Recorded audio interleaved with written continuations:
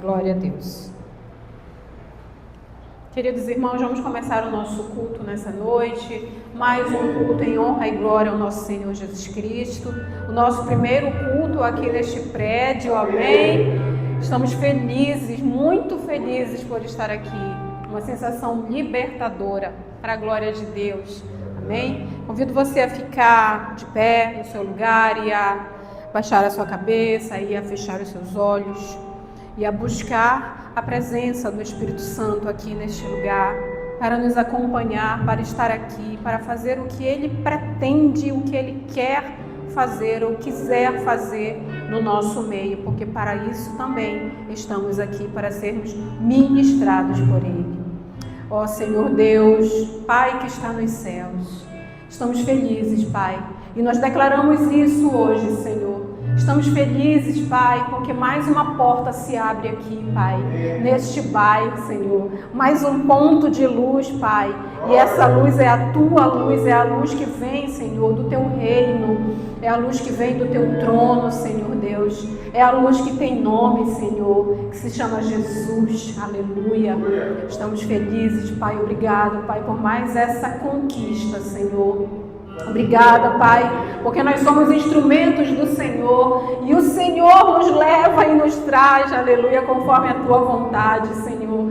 E nós estamos aqui, Pai, para fazer a Tua vontade, Senhor. Muito obrigada, estamos felizes por isso. Estamos felizes porque Tu és o nosso Deus. Estamos felizes porque Tu és o nosso Pai. Estamos felizes porque até na tristeza estamos felizes, Senhor, por saber, Senhor Deus, que Tu estás conosco, que Tu és o nosso auxílio, que Tu és a nossa segurança, Senhor. E como já dizia o salmista, quem temerei? Pois Jesus é a minha luz, o Senhor é a minha luz, é o meu socorro, aleluia, bem presente.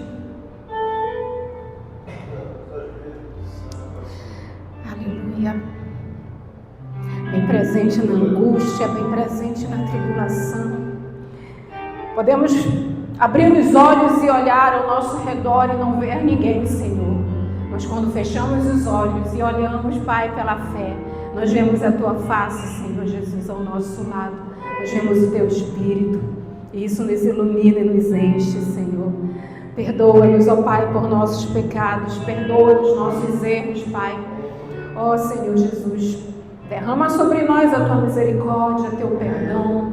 Joga no mar do esquecimento e nos ajuda a recomeçar todos os dias, Pai. Abençoa este culto que é para o Senhor. Consagramos este lugar ao Senhor, meu Deus. Consagramos este lugar, Pai, a habitação morada do Teu Espírito. Quando estivermos aqui, Senhor, apresentamos este lugar. Pedimos as Tuas bênçãos espirituais, Pai, para este lugar, Pai, para que possamos estar aqui cumprindo a Tua vontade, pregando o Teu Evangelho, recebendo as pessoas aqui, Senhor, abraçando, Senhor Deus, acolhendo, Pai, aquele que precisa ser acolhido, Pai, dando a provisão, que esta seja a casa de oração, Senhor Deus, que essa também seja a casa da provisão, Senhor Deus, para todos aqueles que aqui entrarem, meu Deus. Abençoa, Senhor, abençoa cada filho que está aqui, abençoa aqueles que estarão, abençoa, Pai, porque tudo isso, Senhor, é para a Tua honra e para a Tua glória, Senhor. Obrigada, Pai, por tudo, nós Te agradecemos e pedimos a presença do Teu Espírito Santo, Pai, que eu diminua, Pai, que o homem diminua, Pai, e que o Teu Espírito Santo cresça em nós, cresça neste lugar, cresça neste bairro, Senhor Deus, e mostre-nos, Pai, o Teu poder e a Tua glória, meu Deus. É o que pedimos e já Te agradecemos em nome do Pai, do Filho e do Espírito Santo de Deus. Amém, Senhor, e amém. Glória a Deus. Você pode sentar no seu lugar, aleluia, que louvor lindo, meu Deus, sentir a atmosfera celestial neste lugar, aleluia, um lugar que o Senhor preparou para nós, aleluia. Queridos, eu vou enfatizar, estou muito feliz de estar aqui, eu expresso isso, porque são conquistas após conquistas que o Senhor tem nos dado, amém, queridos?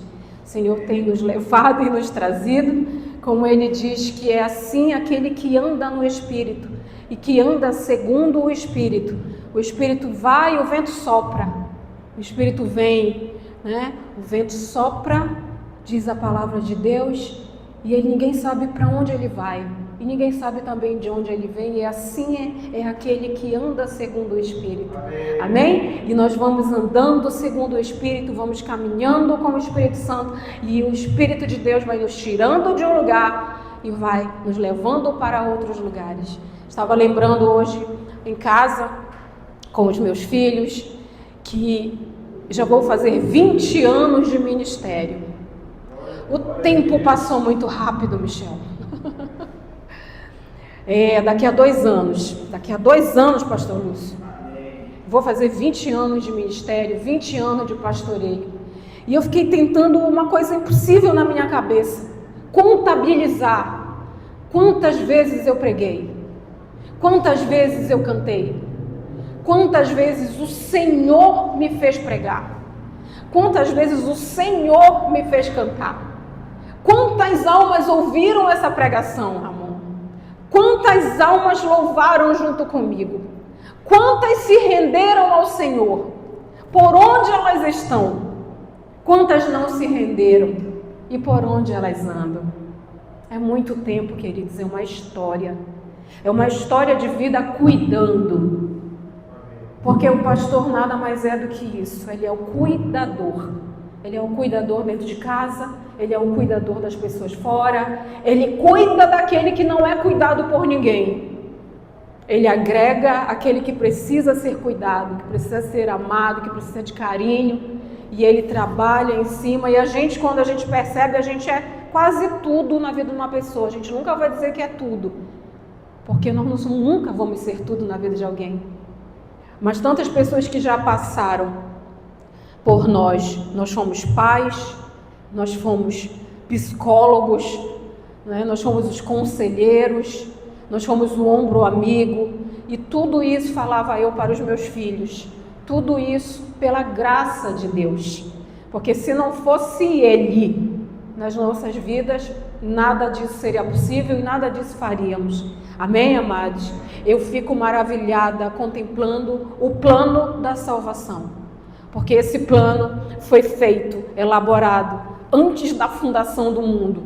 E eu usufruí dele. E hoje eu e você estamos aqui por causa de um plano, Michel, que foi elaborado antes da fundação do mundo. Gente, isso é muito importante.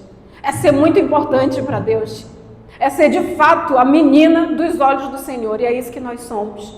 Amém, amados? Não para nossa vanglória, como diz a própria palavra, ela é autoexplicativa. Não para nossa vanglória, mas para que possamos dar testemunho e glorificar o nome daquele que pensou em nós antes mesmo de nós existirmos em vida aqui na terra. Amém, queridos? E cada dia mais, amados, cada dia mais, a gente precisa se sentir mais parecido com Cristo. Não é só para a gente cantar que nós queremos ser mais parecidos com Ele. Não, nós precisamos trabalhar para ficar mais parecidos com Cristo. Mas, pastora, não é Jesus que faz a gente ficar mais parecido com Ele. Jesus te dá um caráter novo, amém? Mas se você quiser um caráter novo, Ele vai te dar, mas se você não quiser, Ele não vai te dar. Então você precisa querer o caráter novo. Hoje a gente vai olhar uma pessoa muito parecida, a gente vai falar sobre uma pessoa, um personagem bíblico, um irmão nosso que nos precedeu, muito parecido com Jesus. Quando nós olhamos o que ele fazia, o que ele pediu antes da morte dele, a gente olha para ele e fala assim, meu Deus, era quase Jesus encarnado nessa pessoa. Mas sabe o que parece Jesus encarnado? Porque é o mesmo Espírito que está em Jesus, estava nele. Amém? Então é o mesmo Espírito que está em Jesus, que está em nós. Amém? E é por isso que cada passo que nós damos tem que ser nessa direção, de ficar mais parecidos com Jesus. Amém? Como é que eu sei que eu estou parecida com Jesus? Porque Jesus usava jaqueta quando ele veio aqui? Ou porque ele tinha um cabelo grande? Nada disso, né? Of course not. Não é por isso, não. Ele, Estevão, não se parecia provavelmente com Jesus fisicamente, mas ele, Estevão, se parecia com Jesus por dentro. Sabe por que se pareceu com Jesus? E nós vamos ver isso aqui à luz da palavra.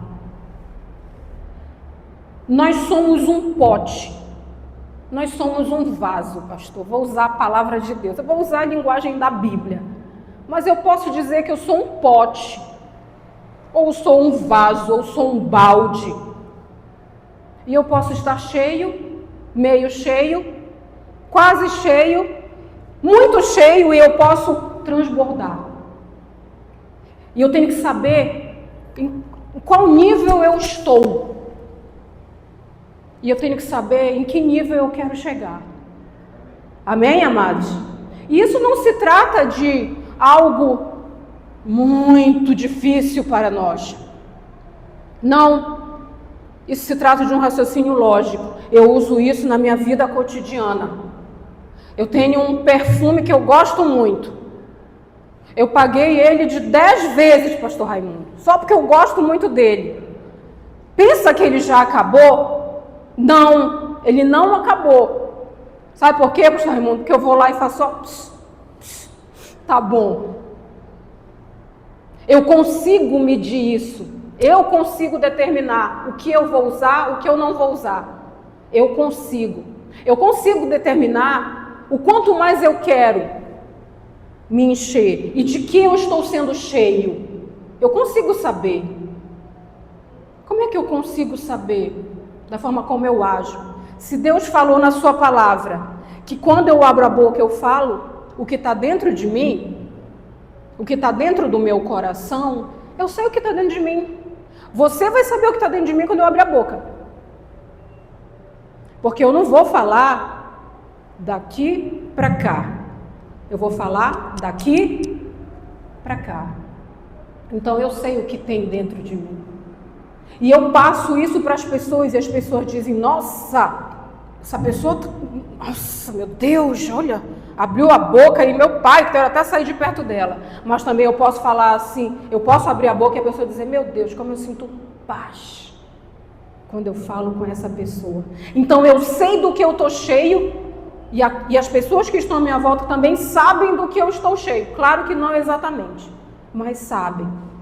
E eu quero, à luz da palavra, queridos, falar sobre Estevão e falar sobre os princípios que ele seguiu.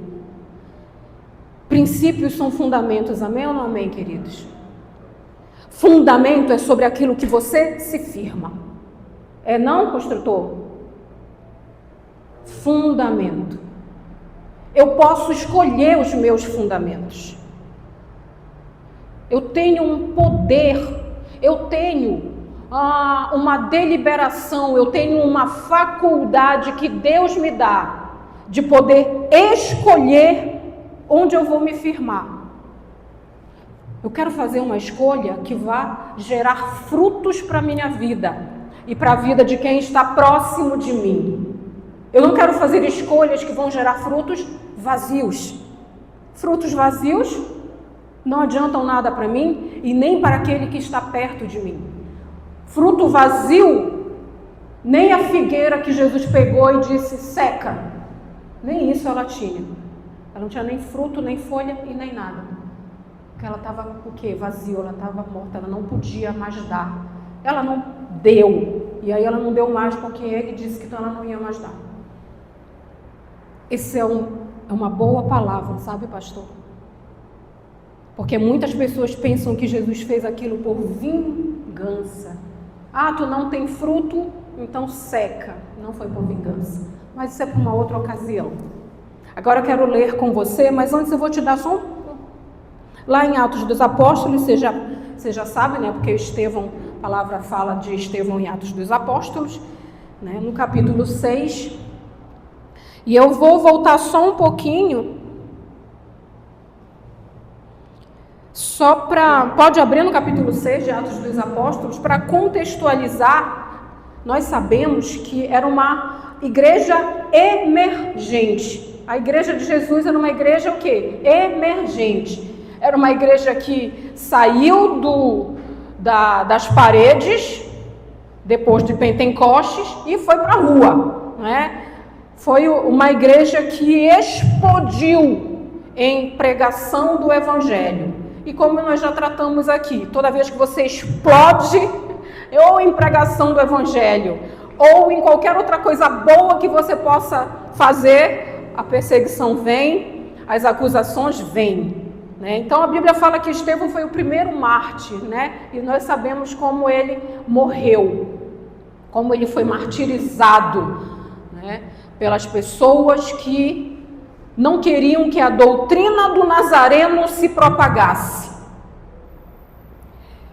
E antes disso, nós vemos aqui um Pedro muito corajoso, que fez aquele milagre na porta do templo. Na verdade, nós sabemos que não foi Pedro que fez o milagre, mas ele fez em nome de Jesus. Amém, amados? É claro, mas ele estava lá, assim como nós estamos aqui.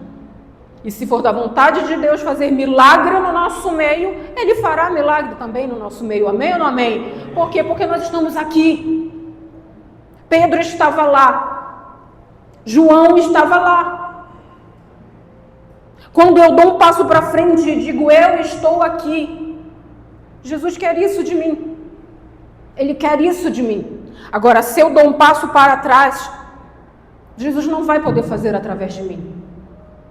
Pedro estava lá, então Pedro já provou da primeira prisão dele ali, depois disso, né? E depois, novamente, eles foram detidos por voltar a pregar. E aí as pessoas falaram, mas a gente não mandou vocês se calarem?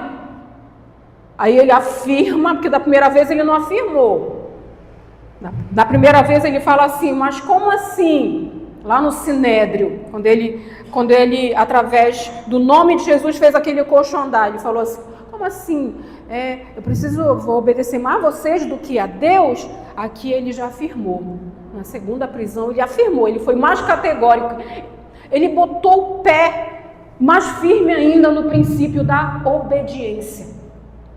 Ele disse, ele afirma, vamos olhar aqui em Atos dos Apóstolos, lá no 5, verso 29, para a gente ficar bem certo no entendimento dessa palavra. Atos 5, 29, todos acharam, amados? Diz assim, porém, respondendo Pedro e os apóstolos disseram, mais importa obedecer a Deus do que aos homens. Veja que Pedro fez uma afirmação. Pedro foi categórico, mais importa, ou seja, o mais importante para nós é obedecer a Deus e não aos homens. Amém, queridos? E nesse contexto aqui, ó, eles foram açoitados, o Gamaliel se meteu, se você ler aí, Gamaliel, que era um filósofo da época, se envolveu, né, na defesa deles, fez uma pseudo-defesa, mas assim, olha, fulanos, olha aqui os fariseus, saduceus, né, como dizia um antigo pastor nosso, Zezeu, né, que estava lá, vocês vão, deixa esses caras, Gamaliel falando, né, me lembrei de Salomão, né, das duas mães brigando pela criança lá, serra no meio, dá uma parte para uma, parte para outra. A mãe disse, não, eu entrego ele para ela. Aí falou, pega o bebê e dá para essa aqui. Sabedoria de Deus. Gamaliel disse assim, vocês lembram do fulano? Ele não tinha um bocado de gente que seguia ele também? Depois que ele morreu, todo mundo se dispersou. Vocês lembram do outro cicrano? Mesma coisa. Deixa esses aí, que se isso aí não for de Deus, olha o que Gamaliel fala. Se essa doutrina não for de Deus, também vai acontecer a mesma coisa. E vocês vão ter que aceitar, porque afinal de contas todo mundo ali era de Deus. Ninguém podia rejeitar o que vinha de Deus, pelo menos aparentemente era assim que eles agiam, né? E aí o que a Bíblia fala aqui? Aí você vai comigo ainda no mesmo capítulo 5, aí diz assim, no verso 40, depois que Gamaliel disse, ele diz assim, e concordaram com ele, e chamando os apóstolos, e tendo-os açoitado, olha só, não podia só só dizer assim, olha, vamos para lá, não preguem mais isso, vamos embora. Não. E tendo-os açoitado, mandaram que não falassem no nome de Jesus e os deixaram ir. 41. Retiraram-se, pois, da presença do conselho, regozijando-se, olha, presta atenção nisso, regozijando-se de terem sido julgados dignos de padecer afronta pelo nome de Jesus. Glória a Deus! Dá para sentir alegria nessas horas, pastor Lúcio? Eles se sentiram alegres. Eles se sentiram alegres. Por quê? Porque não era qualquer perseguição. Não era perseguição por qualquer motivo. Não, era por conta do nome de Jesus que eles defendiam, que eles levavam. Eles defendiam tanto que Pedro era tão categórico que toda vez que ele era chamado para se explicar por que ele estava pregando o evangelho, ele dizia assim, esse Jesus aí é o que vocês crucificaram. Pedro jogava na cara. Sabe quando a pessoa joga na cara da outra o que a outra fez? Pedro jogava na cara, mas era verdade. Era verdade. Quando a gente volta aqui, lá no 5 ainda, no verso 28, olha só o que eles dizem para Pedro. Para eles, para os discípulos, para os apóstolos. Não vos admoestamos nós expressamente que não ensinasseis nesse nome? E eis que encheste Jerusalém dessa vossa doutrina e quereis lançar sobre nós o sangue desse homem. É ruim, hein? Bater e tirar a mão. Vocês já viram alguém que bate e depois esconde a mão? Quando eu vejo um crime nas redes sociais, porque o fulano matou a ex-companheira, vou colocar assim que tu pensa que está na moda. O diabo gostou desse crime aí, desse delito, e aí ele está levando pessoas a fazerem isso. Ele usa o que o homem está cheio. Então preste atenção, lembre-se do vaso. Quando eu vejo isso, eu falo assim, meu Deus, fugiu? Mas cadê o corajoso? Teve coragem para matar? Teve coragem para espancar? Não teve arrogância e orgulho? Eu sou machão. Por que não tem coragem de fazer? Eu fiz, está aqui, pode me prender, eu fiz, vou para a penitenciária, pode me prender, mas eu já fiz. Mas não, bate e quê? Esconde a mão, põe a mão para trás, Michel. Foge, corre, covardia, característica do caráter de Satanás, covarde. Eles fizeram tudo que fizeram com Jesus, humanamente falando, levaram Jesus para a cruz, mas não queriam que ninguém falasse no assunto. É que nem o que fizeram no passado, né? Que agora está vindo tudo à tona aí na televisão. Mas está esquecido, porque brasileiro esquece fácil. E aí Pedro falava assim, esse Jesus, vamos ler aqui rapidinho. Versículo 30, o Deus de nossos pais ressuscitou a Jesus, ao qual vós matastes, suspendendo no madeiro. Olha só, eles tinham acabado de dizer, tu vem cobrar o sangue desse homem das nossas mãos. E o que é que Pedro faz? Pedro não fala, é verdade, eu não vou mais falar isso que está dando mal para mim, né? Não vou não, ai tadinho deles, tá bom, já passou isso aí, não. Pedro vai lá e afirma de novo, esse aí é aquele Jesus que vocês mataram, que vocês penduraram no madeiro. Do que Pedro estava cheio? Do que nós estamos cheios? Que coragem louca é essa de assumir os próprios erros? De assumir os próprios atos e as consequências desses atos. Aí quando a gente prossegue aqui, a gente vê como é que estava a igreja. Lá no versículo 41, no 42, nós já lemos o 41.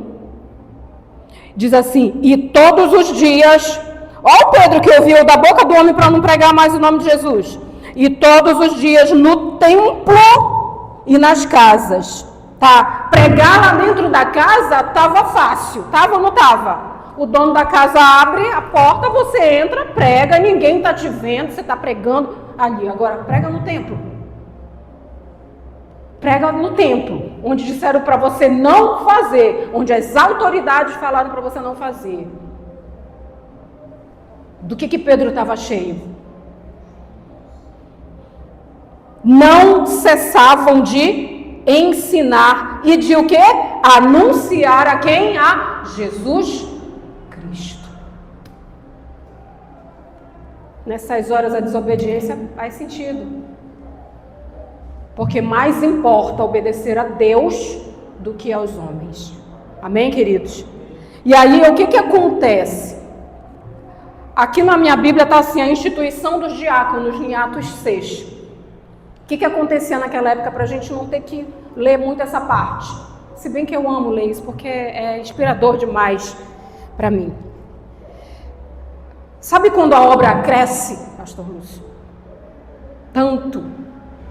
E aí começa um burburinho, porque um reclama de um lado, o outro reclama do outro. Aí os gregos convertidos começaram a reclamar. Olha, vocês não estão cuidando das viúvas. A obra está crescendo, milhares de pessoas já convertidas, a igreja crescendo, mas as viúvas estavam lá. Ninguém estava assim atinando, não é que não estava se importando, é que não estava atinando para as necessidades das viúvas. Aí os gregos começaram a falar, né, sobre isso, está no verso 1 do capítulo 6. Por que as suas viúvas eram desprezadas no ministério cotidiano? Aí o que eles fizeram? No 2 diz que os 12 apóstolos do Senhor, convocando uma multidão dos discípulos, preste bem atenção, era multidão de discípulos que os apóstolos já tinham. Olha que bênção, olha que crescimento, Michel, olha que coisa explosiva, olha que só Deus pode fazer. E hoje a gente vê essa explosão no meio ímpio, no meio que não cultua a Deus, e até uma explosão no meio que se diz que cultua a Deus, mas não é uma explosão para seguir, para prosseguir. Infelizmente hoje nós estamos vendo uma explosão de adoradores do homem. Adoradores do homem. Não era essa explosão que acontecia nessa época aqui. Essa aqui eram adoradores de Deus, de Jesus Cristo. Amém? E o que os 12 fizeram? Vamos reunir e vamos propor uma coisa. Não é bom para nós que nós deixemos o ministério da pregação da palavra, porque afinal de contas eram os 12 que andaram com Jesus. 11 e mais um, que ficou no lugar de Judas depois. Amém, amados? Então a gente precisa se concentrar em pregar o evangelho. Por que Pedro? É Pedro que estava encabeçando. Pedro era o cabeça naquele momento da igreja na terra. Pedro é que estava ali dando a direção, né, vinda de Cristo.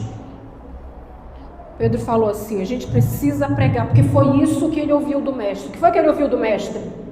Prega o evangelho. Prega o evangelho para toda criatura. Amém? Então Pedro não queria mais se arredar da ordem que o mestre deu. Então o que é que Pedro fala? O que é que os discípulos, apóstolos falam no meio de uma multidão de discípulos? Olha, a gente vai escolher aqui. Escolham entre vocês, não foi nem eles que escolheram, pastor. Escolham entre vocês 7 homens. 7 homens que vão fazer isso, vão servir as mesas, vão se preocupar com outras coisas mais que não era a pregação da palavra.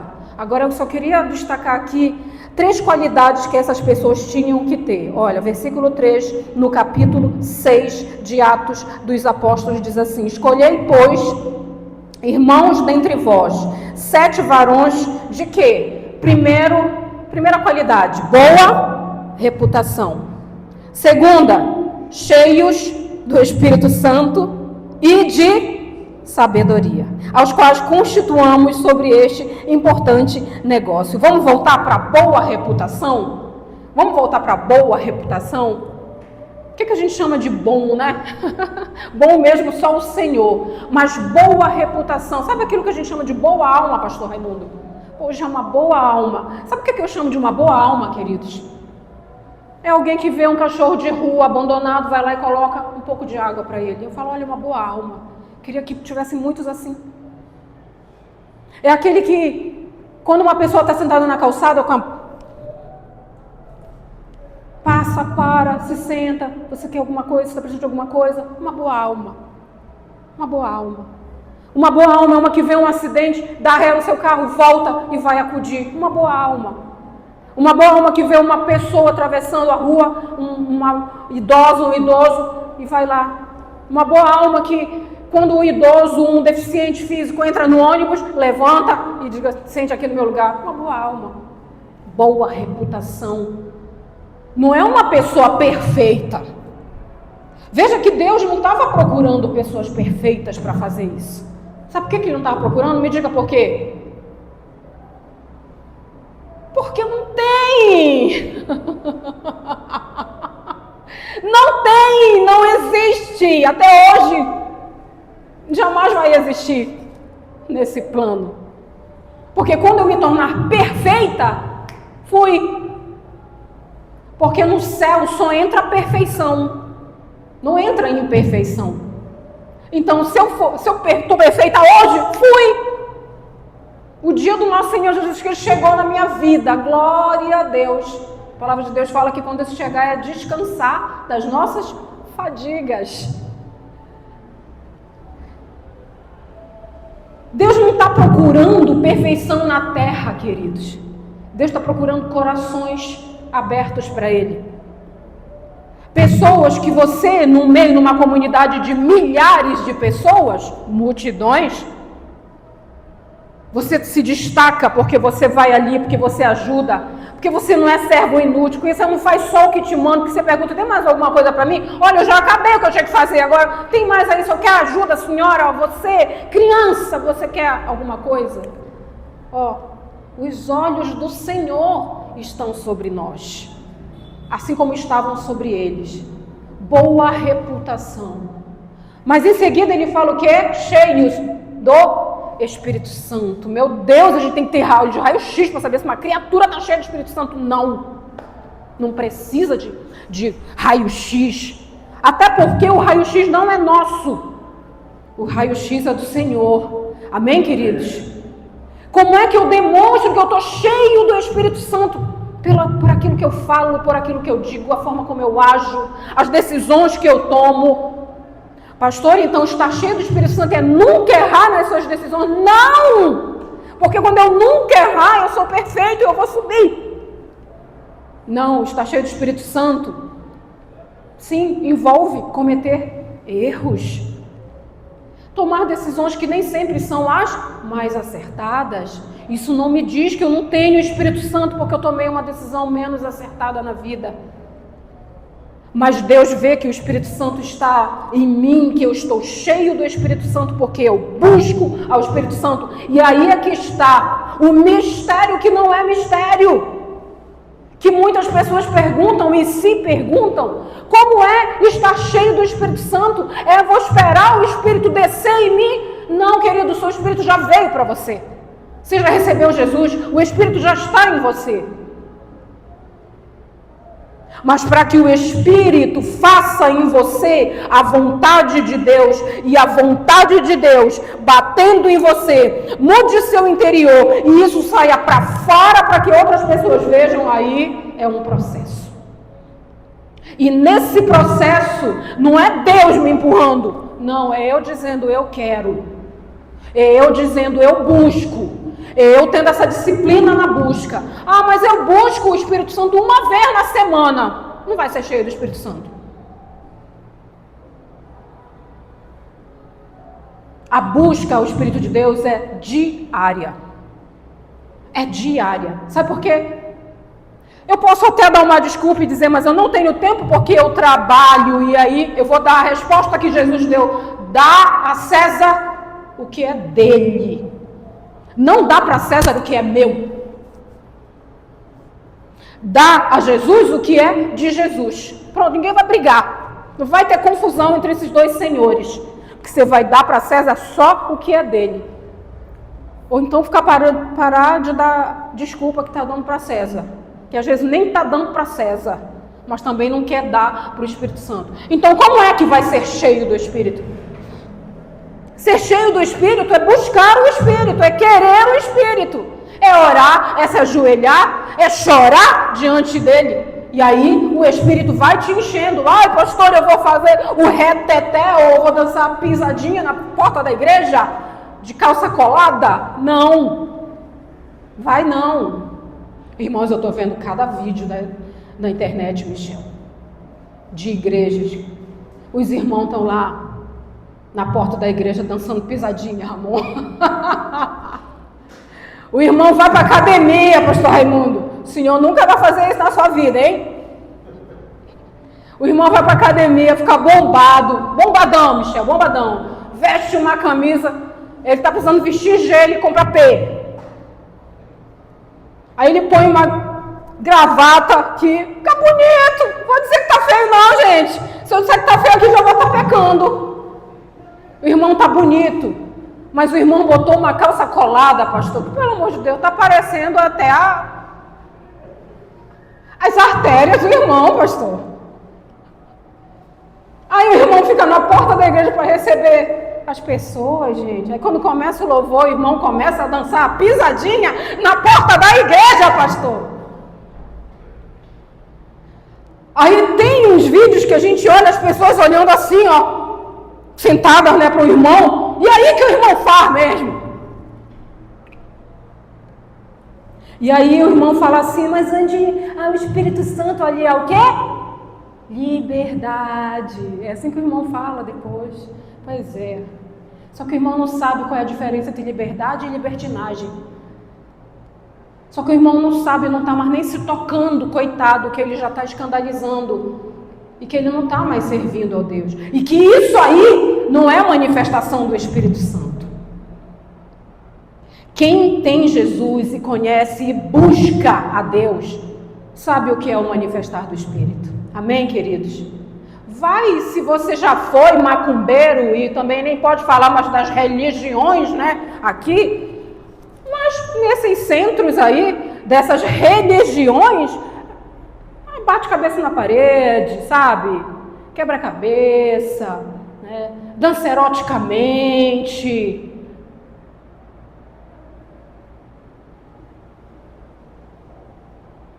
Mas aquele que está cheio do Espírito Santo não demonstra esse tipo de atitude. É muito ao contrário. Se eu sirvo alguém que é espírito, o que é que vem para mim? Vem os atributos e as qualidades do Espírito. Se eu sirvo alguém que vem da carne, o que é que vem para mim? Os atributos e as qualidades e as mazelas e os pecados e os prazeres da carne. É por isso que a busca é minha. É por isso que Deus não vai bater lá na tua porta e dizer, olha, me busca. Ora agora para mim. Pode até ser, porque Deus é livre. Olha, querido, Deus faz o que Ele quer, do jeito que Ele quer, na hora que Ele quer. Mas Deus não vai precisar apelar para mim se eu disser, eu quero ser cheio do Espírito. E eu não quero esperar só um movimento pentecostal para o Espírito descer. Não, queridos, não preciso disso. Eu só preciso me ajoelhar. Sabe por quê? Quando Jesus estava sendo batizado, os céus se abriram e desceu o Espírito Santo em forma, ou como uma pomba. E aí os céus se rasgaram e ouviu-se a voz do Criador, dizendo, esse é o meu Filho amado, em quem me comprazo. Glória a Deus. Manifestar do Espírito, queridos, é totalmente diferente do manifestar da carne. Mas eu posso escolher se eu quero que a minha carne se manifeste ou se eu quero que o Espírito de Deus se manifeste através de mim. Amém? O terceiro atributo daquele diácono, daqueles 7 que seriam diáconos para servir aquelas multidões, sabedoria. Isso para mim já é uma consequência de você ter o Espírito e não somente ter o Espírito. Vou falar mais uma vez para os amados, para as pessoas que estarão nos acompanhando. Eu tenho o Espírito. Amém ou não amém? Então diga comigo, eu tenho o Espírito Santo.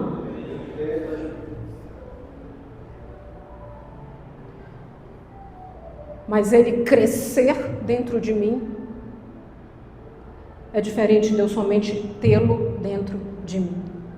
Ele fazer em mim é diferente de eu somente tê-lo dentro de mim. Eu posso ter algo e ter tanta estima por aquilo que vai ficar ali guardado e eu não dou, eu não vendo, eu não mostro para que ninguém tenha inveja e queira também.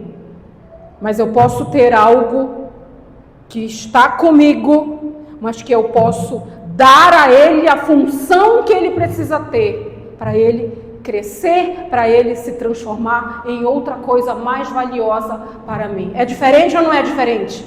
É diferente. É diferente. Então a sabedoria que aqueles homens precisavam ter vinha do Espírito de Deus, mas não somente um Espírito que estava dentro deles, mas um Espírito que agia dentro deles, um Espírito que mexia dentro deles, um Espírito que transformava aquelas pessoas, amados, de dentro para fora. E era isso, foi isso que as outras pessoas viram naqueles 7.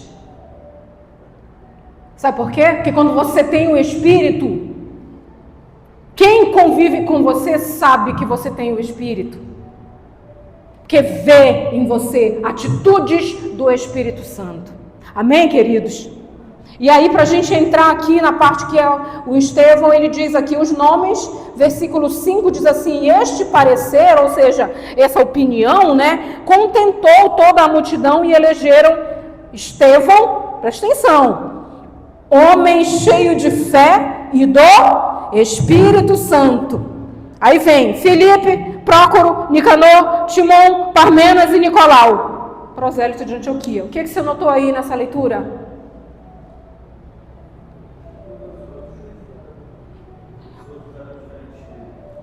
Os outros foram escolhidos, mas Deus quis dar um destaque para quem? Para Estevão. Por quê? Porque os atributos, as qualidades, o fruto do Espírito nele eram mais latentes. A Bíblia não nos diz que os outros não eram assim, não, eles eram assim, senão não teriam sido escolhidos. Mas o Senhor, aprove ao Senhor Deus, ao escrever a sua palavra, destacar Estevão. Porque ele era um destaque. Não tem como negar. Ele era um destaque. Então ele é o único que abre-se aqui uma espécie de parêntese, entre vírgulas, e diz: homem cheio de fé e do Espírito Santo. E os demais, o Filipe, o Nicanor e tudo, também eram homens bons, que tinham o Espírito Santo. Mas ele era cheio, queridos. Ponha essa palavra na sua cabeça hoje: cheio. Do que eu tenho que estar cheio. E do que eu tenho me enchido. Eu tenho me vigiado tanto, queridos, nisso. Tenho me vigiado tanto em não me encher de coisas que produzem sentimentos e pensamentos ruins na minha cabeça. E sabe quando é que eu sei? Quando eu estou tendo um pensamento ruim, quando meu coração acelera. Meu Deus do céu! Pensamento ruim. Falo, não quero me encher disso. Combato. E vou continuar combatendo, porque só vou pensar o que eu quero pensar. Porque eu é que mando no meu pensamento. Eu é que mando na minha mente. Não é a minha mente que vai distribuir pensamentos horrorosos para mim e eu vou deixar aquilo descer para o meu coração e agir na conformidade daquilo, me trazendo sensações ruins, sentimentos ruins, muitas vezes vontade de vingança ou raiva ou autocomiseração ou me sentir vítima da sociedade ou das circunstâncias. Não. Esses pensamentos não podem entrar na minha cabeça. Então eu estou escolhendo do que eu quero ser cheio. Eu posso fazer isso. Deus deixa eu fazer isso. Não somente deixa, Ele quer que eu faça isso. Ele quer me levar a isso, Ele me ensina isso todos os dias. Quando o salmista diz: o Senhor é a minha luz. O Senhor é a minha luz, o Senhor é a minha força, o Senhor é a minha fortaleza, o Senhor é o meu auxílio. Ele está falando tudo para nós. Ele está falando tudo para nós e nós estamos repetindo versículos sem pensar no peso espiritual que esses versículos trazem para nós. Mas não é um peso fardo. É um peso que me tira da zona do medo, que me tira da zona da dúvida, que me tira da zona da escuridão, porque quando o Senhor diz para mim, o Senhor é a minha luz, pronto. A quem temerei? De quem terei medo? Quando laços de morte me cercaram, Davi fala, quem era que estava do meu lado? Como é que eu posso enfrentar laços de morte sozinho?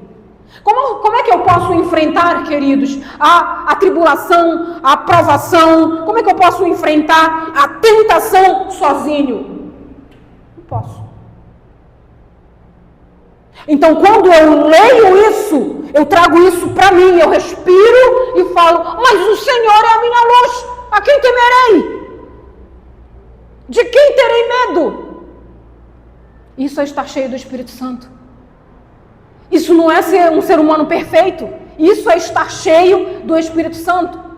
É quando eu paro de folhear a Bíblia e abro aqui e falo, Deus falou isso aqui hoje comigo. E uso a Bíblia como um mantra, sei lá o quê. É quando eu começo a crer naquilo que eu leio. É quando eu começo a ler e a voltar e a ler de novo. E voltar e ler de novo. É quando isso entra na minha cabeça. É quando isso vai para o meu coração. Pense que eu posso decidir aquilo que vai para o meu coração. Posso ou não posso? E porque muitas vezes eu decido ir para o meu coração aquilo que não me faz bem. Aquilo que me deixa na zona do medo, aquilo que me deixa na zona da dúvida, aquilo que me deixa na zona da inquietude. Mas aí quando eu vejo um salmista dizendo assim, por que tu estás aflita dentro de mim, ó minha alma? Por que tu te abates dentro de mim, ó minha alma? Tem tantas músicas que falam sobre isso. Mas esse porquê tem que ser diário, tem que ser nosso. Tem que ser nosso. Isso que viam em Estevão, pastor Raimundo, isso que vem em nós. Deus primeiro precisa ver em nós. E as pessoas que estão à nossa volta precisam ver em nós. Para quê, queridos? Para quê? Para nós mudarmos o nosso meio social. Sabe quando é que eu mudo o meu meio social, pastor? Quando eu não ajo como todo mundo age. Se eu agir como todo mundo age, vai continuar o mesmo meio social. Vai continuar tudo igual. As mesmas práticas, as mesmas falas, os mesmos assuntos. Mas quando eu começo a agir diferentemente daquilo, eu começo a mudar. Às vezes vem logo chumbo grosso. Aqui, quando os discípulos, os apóstolos do Senhor continuaram a pregar, a palavra de Deus me fala que aquilo encheu o coração daquelas pessoas de inveja. Pastor Lúcio, inveja. Quantos sabem aqui o que é inveja? Todos nós sabemos o que é inveja. Quantos já passaram por isso? Todos nós já passamos por isso. E por isso eles prendiam os apóstolos do Senhor. A primeira coisa que disparava neles era inveja, pastor. Era inveja. Porque a multidão ia atrás deles, era a mesma coisa que no tempo de Jesus. Tinha inveja de Jesus. Sabe por quê? Porque agrada o homem, uma multidão atrás dele. Agrada o homem, ó. Palminha, palminha, e palmas, e palmas, e palmas, e milhares e milhões de aplausos. Isso agrada ao homem. Aí quando eles olhavam Jesus, né, aquele homem simples. Jesus era um homem simples. Não era um homem miserável, como muitos querem colocar. Mas ele era um homem simples. E aquelas multidões atrás dele. Como assim? Esse homem nem tem uma túnica talar, né? Nem anda com uma túnica bonita que os fariseus andam, né? Colorida. E aí essas multidões atrás dele. Eu estou falando de Cristo e estou falando de Estevão ao mesmo tempo. Porque, apesar de ter sido reconhecido no meio daqueles muitos discípulos, como um homem bom, como um homem cheio de sabedoria, cheio do Espírito Santo, lá fora era outro mundo. Fora do templo era outro mundo. Fora do templo era ovelha enviada para o meio de lobos. E foi lá fora que as pessoas olharam para Estevão e disseram: não, de novo não. E aí, queridos, o versículo 7 ainda diz assim: crescia a palavra de Deus e em Jerusalém se multiplicavam muito o número dos discípulos e grande parte dos sacerdotes obedecia à fé. Olha que coisa incrível. Na época de Jesus, sacerdote não queria saber, não.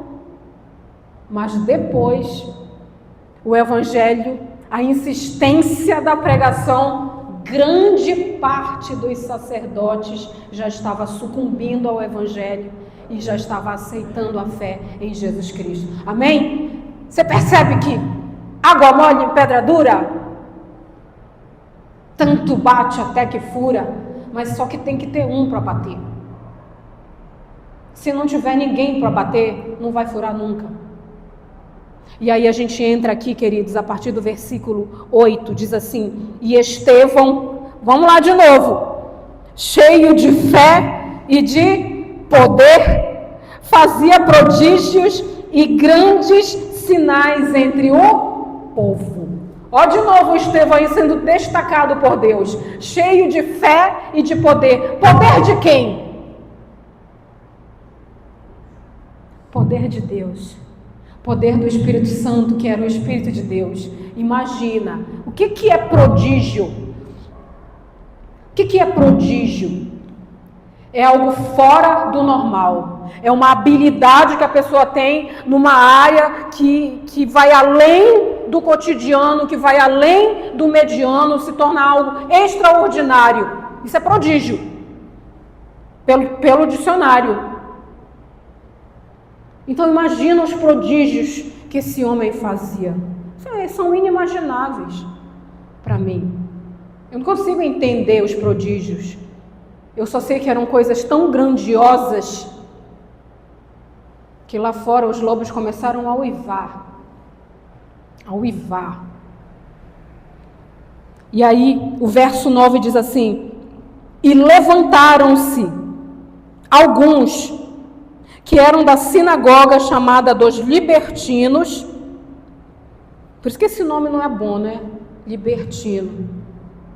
E dos sirineus, que é de Cirene, da cidade de Cirene, e dos alexandrinos, e dos que eram da Cilícia e da Ásia, e disputavam com Estevão. Olha só, essas pessoas que não seguiam o evangelho, eram pessoas não crentes, não cristãs. Como assim elas vão disputar? Você já viu isso? Já.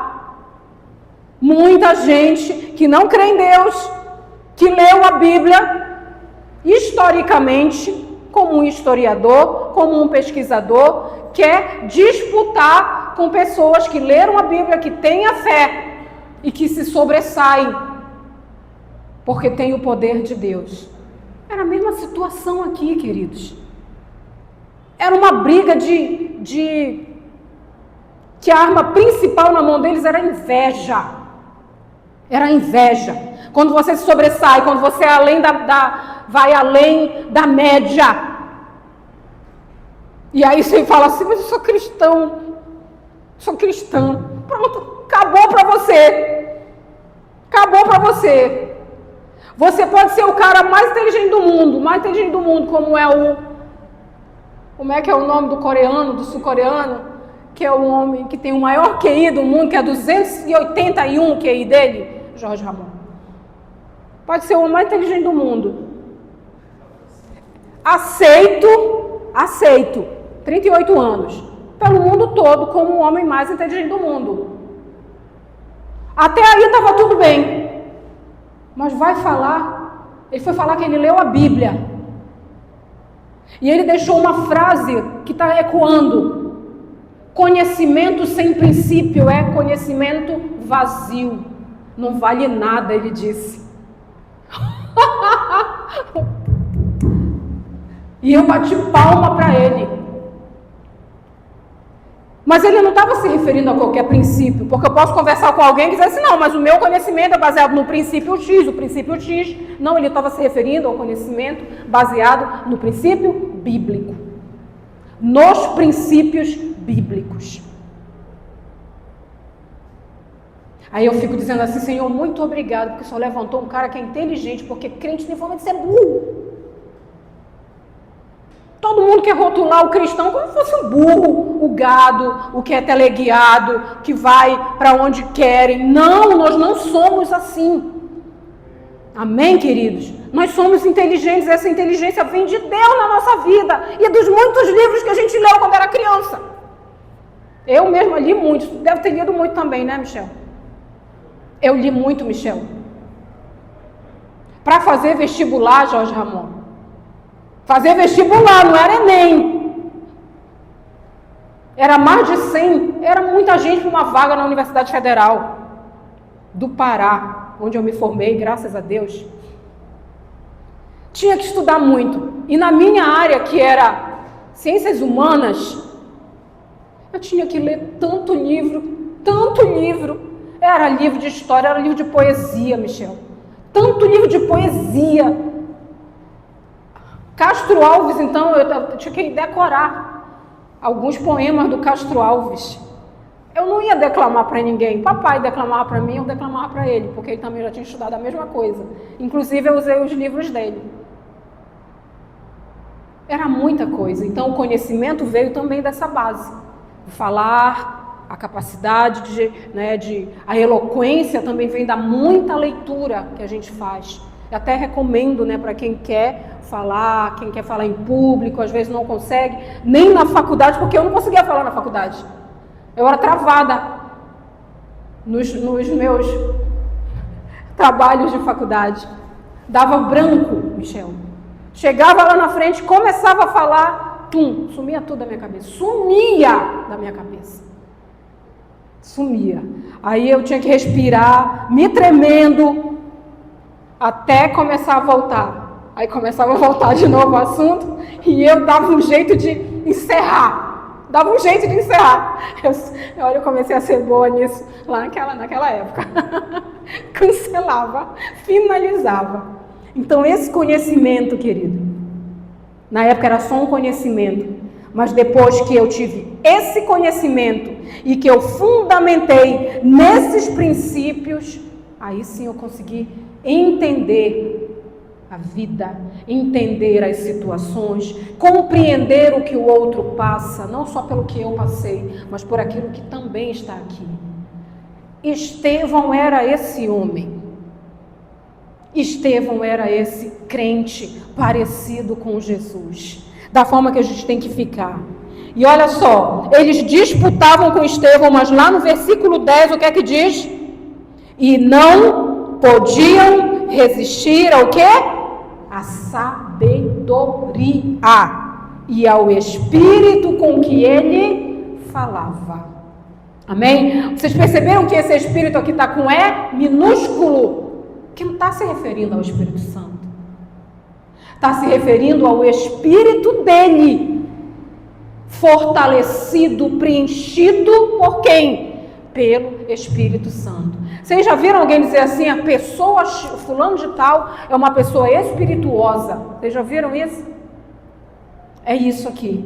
É a pessoa que chega, ela não precisa falar muito, não precisa nem abrir muito a boca, mas poucas coisas que ela fala já transmitem aquilo que ela... Uns se constrangem e outros aceitam. pela espirituosidade daquela pessoa. Assisti uma vez uma série na Rede Globo, na época que eu assistia a Goebbels. Agora eu não assisto mais há muito tempo, graças a Deus. Aliás, eu não assisto televisão aberta, só para não dizer que é só a Globo, eu não assisto as outras também. Então, não sei se vocês assistiram Presença de Anitta. Chegou a assistir? Teve gente que assistiu umas 3 vezes, Michel.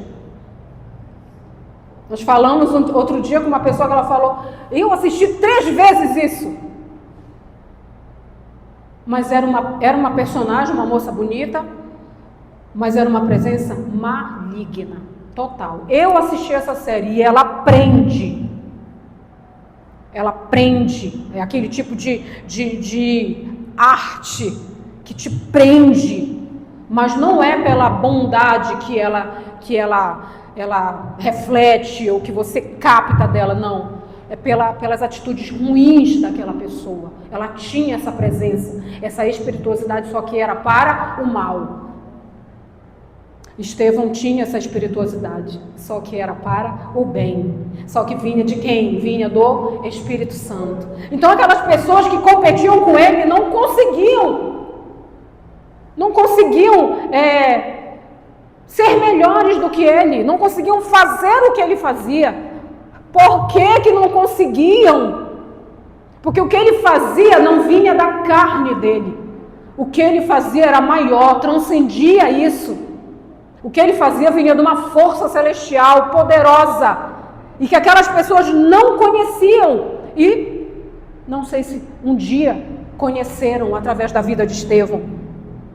Mas para a gente já encerrar aqui, queridos, olha só, não podiam resistir à sabedoria e ao espírito com que falava. Então, subornaram os homens. Preste atenção, com quem que você lembra que fizeram isso? Com Jesus. Sabe por quê? Não tinha nada para falar contra Jesus. Jesus nunca transgrediu uma lei. Jesus sempre explicava para quem queria saber por que ele tinha tomado aquela atitude. Jesus não cometeu pecado. Ah, pastora, mas ele curava no sábado. Mas a Bíblia me diz que ele morreu sem pecado. Então curar no sábado não era pecado. Amém ou não amém? Quando não se tem o que falar de alguém, o que é que um maligno faz? Ele inventa. Ele começa a inventar. Ele alicia pessoas para falarem contra aquela pessoa que não fez nada. Aí ele prossegue dizendo assim: testemunhas para que dissessem: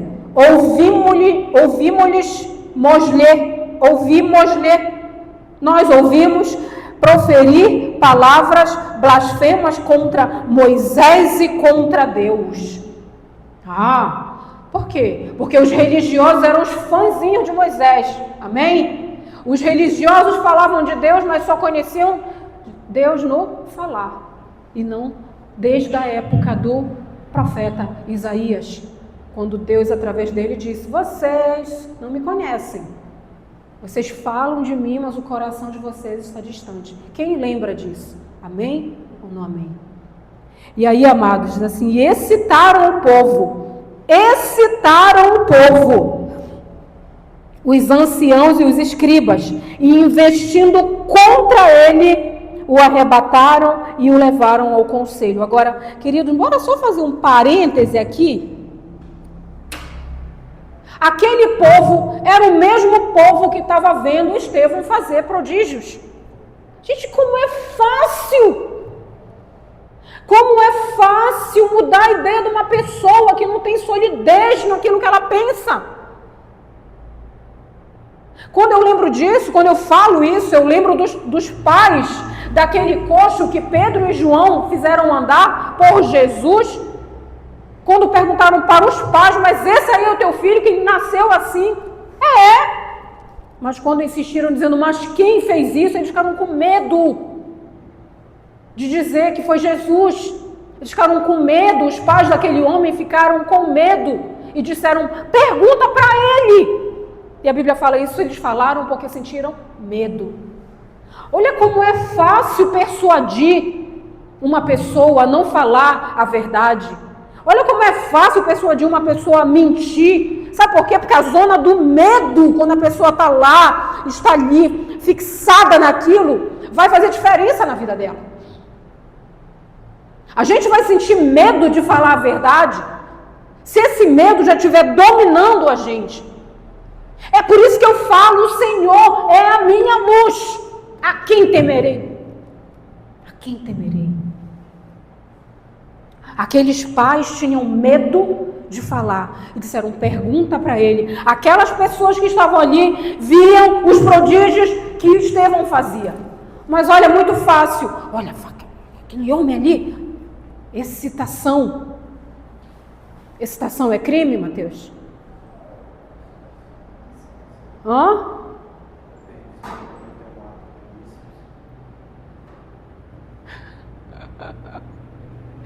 Excitar alguém a se matar.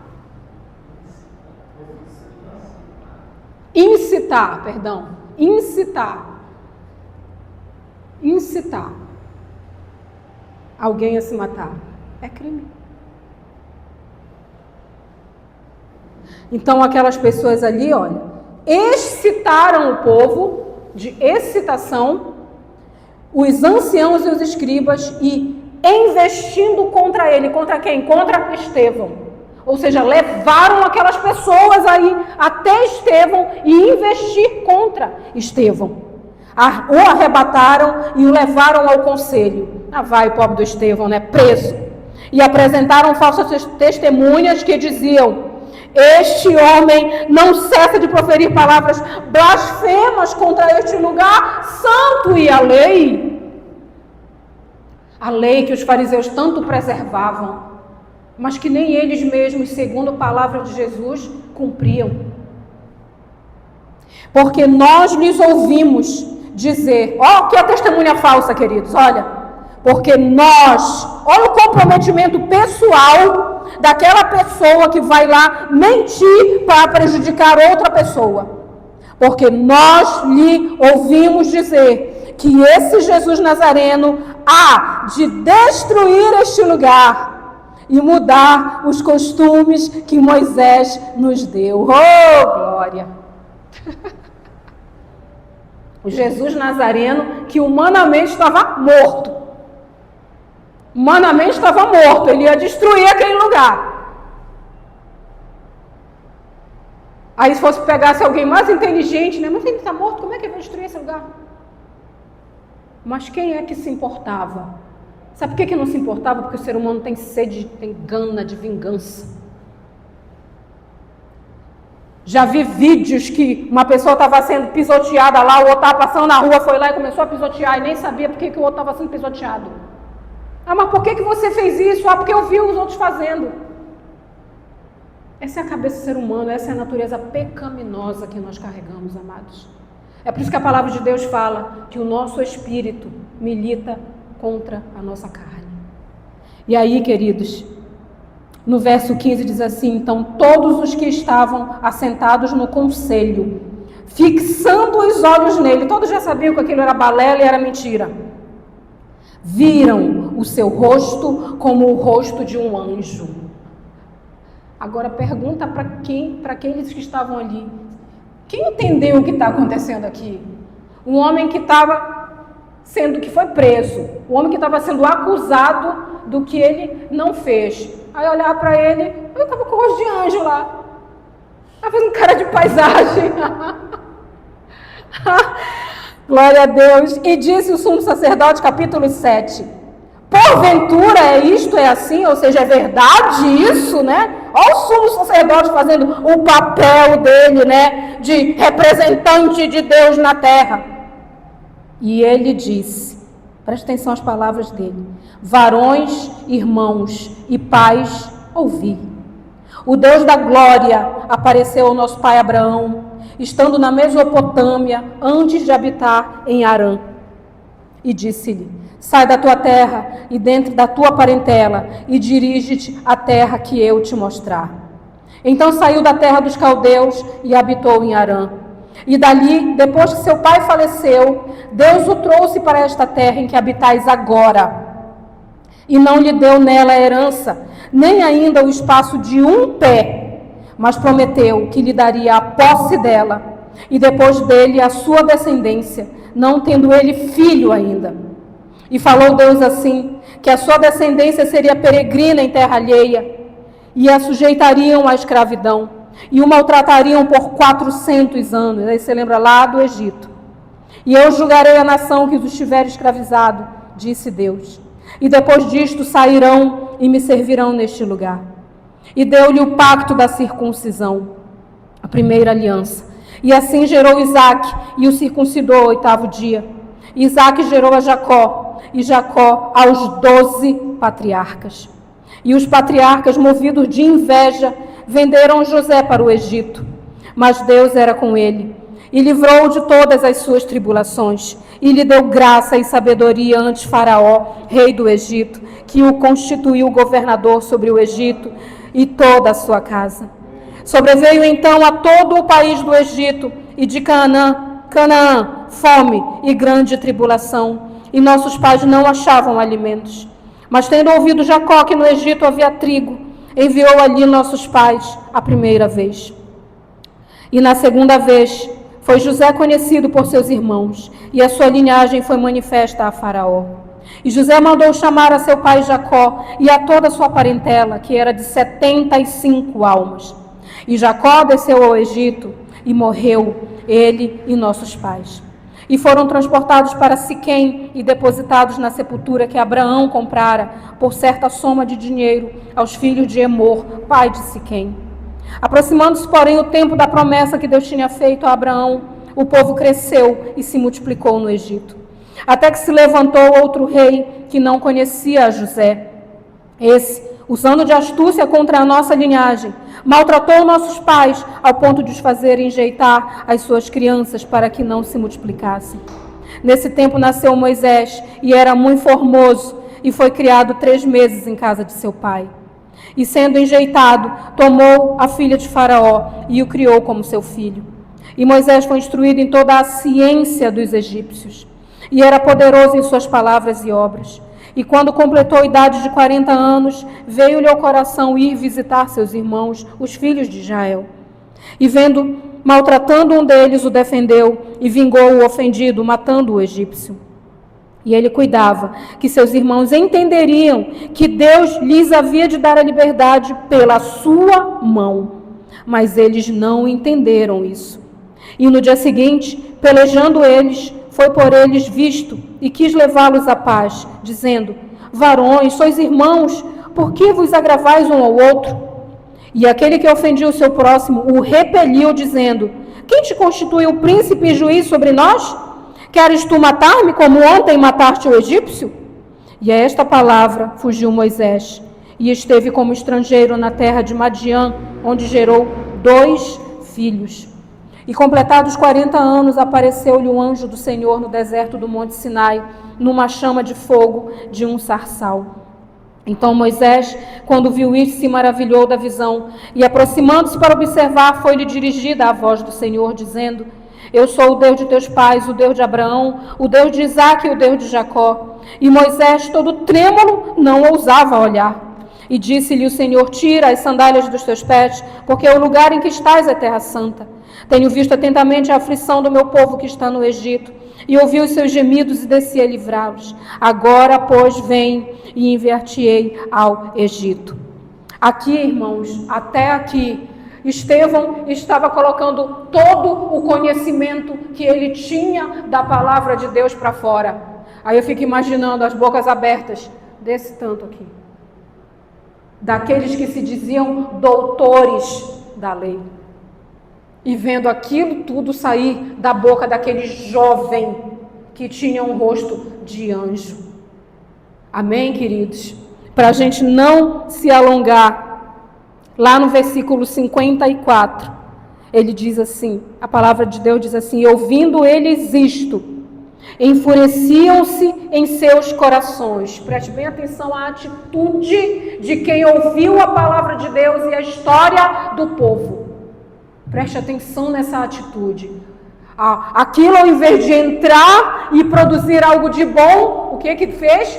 eles se enfureciam nos seus corações, olhando para aquele homem, para aquele jovem, com cara de anjo, recitando toda a jornada do povo de Deus até ali. E aí, amados, ele diz assim, mas ele, verso 5:5, estando cheio do Espírito Santo, novamente a palavra de Deus enfatiza do que Estevão, ou de quem Estevão estava cheio. Estando cheio do Espírito Santo, fixando os olhos no céu, viu a glória de Deus. E Jesus que estava à direita de Deus. Aleluia. E disse, eis que eu vejo os céus abertos e o Filho do Homem que está em pé, à mão direita de Deus. Veja, Jesus não estava sentado do lado de Deus. Jesus estava de pé, olhando para tudo aquilo que estava acontecendo naquele momento com Estevão. E ele fez o céu abrir para que Estevão visse Jesus ali, olhando para ele, de pé, pronto para recolhê-lo para as moradas celestiais. Mas eles gritaram com grande voz, diz o versículo 57, taparam os seus ouvidos e arremeteram unânimes contra ele, e expulsando-o da cidade, o apedrejavam. E as testemunhas depuseram os seus vestidos aos pés de um jovem chamado Saulo e apedrejaram a Estevão, que em invocação dizia, Senhor Jesus, recebe o meu espírito. E pondo-se de joelhos, clamou com grande voz, Senhor, não lhes imputes este pecado. E tendo dito isto, adormeceu. Aleluia. Quem adormece é porque vai acordar. Amém, queridos? Jesus expirou da mesma forma. No seu último suspiro, ele disse, Pai, em tuas mãos entrego o meu espírito. Amém, amados? Jesus havia dito assim, Pai, perdoai-os porque eles não sabem o que fazem. Se eu quero ser mais parecido com Cristo, queridos, eu preciso estar cheio do Espírito Santo. A palavra de Deus hoje me mostra que para ficar mais parecido com Cristo, eu preciso estar cheio do Espírito Santo. E para que eu esteja cheio do Espírito Santo, eu preciso buscar estar cheio do Espírito Santo. Amém, amados? A revelação através dessa palavra aqui, queridos, é para nós nessa noite. É para aqueles que vão assistir esta pregação depois, que vai ficar nas redes sociais por muito tempo, só Deus sabe por quanto tempo. Mas hoje o Senhor nos ensina que estar cheio não é um ato mecânico.